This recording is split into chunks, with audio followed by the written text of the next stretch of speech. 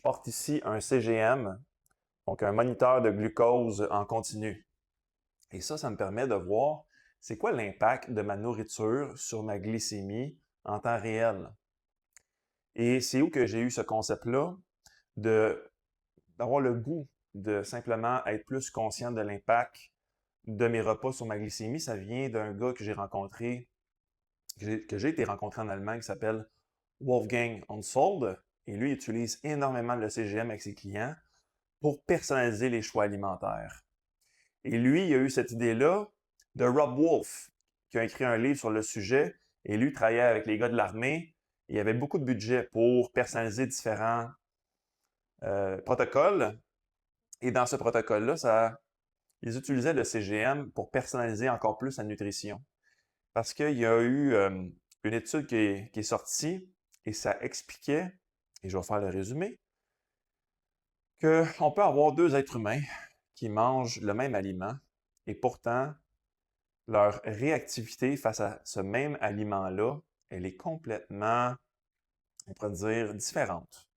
Je vais faire afficher ici et maintenant ce qu'il dit dans le livre. Ils font consommer une banane versus un gâteau, un biscuit. Et il y en a qui, leur glycémie devient encore plus all over the place en consommant la banane. Et pourtant, en mangeant le biscuit, leur glycémie reste plus stable. Et c'est l'inverse pour un autre participant. Qu'est-ce que ça veut dire?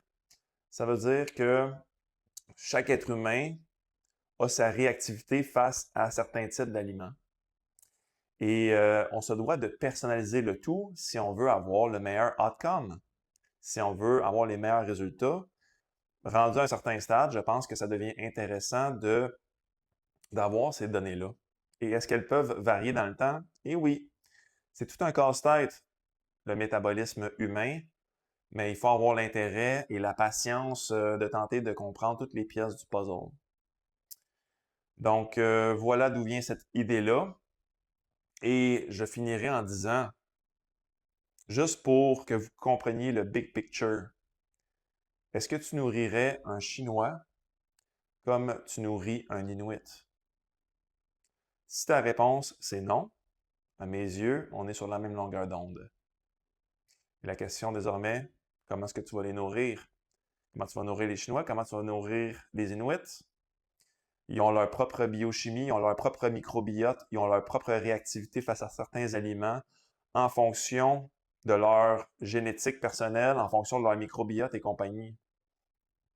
Donc, on se doit de personnaliser le tout pour avoir le meilleur résultat possible. Donc, toi, tu as ta propre génétique, tu as ta propre réactivité face à certains types d'aliments. De ce fait, ce que tu consommes dans une journée, ça doit être en conséquence si tu veux avoir la meilleure énergie possible, la meilleure acuité mentale, la plus belle composition corporelle, faire en sorte que tu te sentes top, tout simplement. Et si tu es dans le domaine de la performance, ben, tu dois prendre en considération tous ces micro-facteurs-là qui s'additionnent, qui s'additionnent et qui s'additionnent de journée en journée. Et qu'est-ce que ça fait? À la fin, on a une créature, une bébite qui sort du lot et qui est capable de faire des choses incroyables. Parce qu'elle a additionné des outils de journée en journée, toutes les unes en arrière de l'autre, et ça mène à des performances de feu. Et moi, ça m'intéresse, ça, d'avoir des performances de feu. Sur ce, un simple partage d'informations que je trouve vraiment fascinant.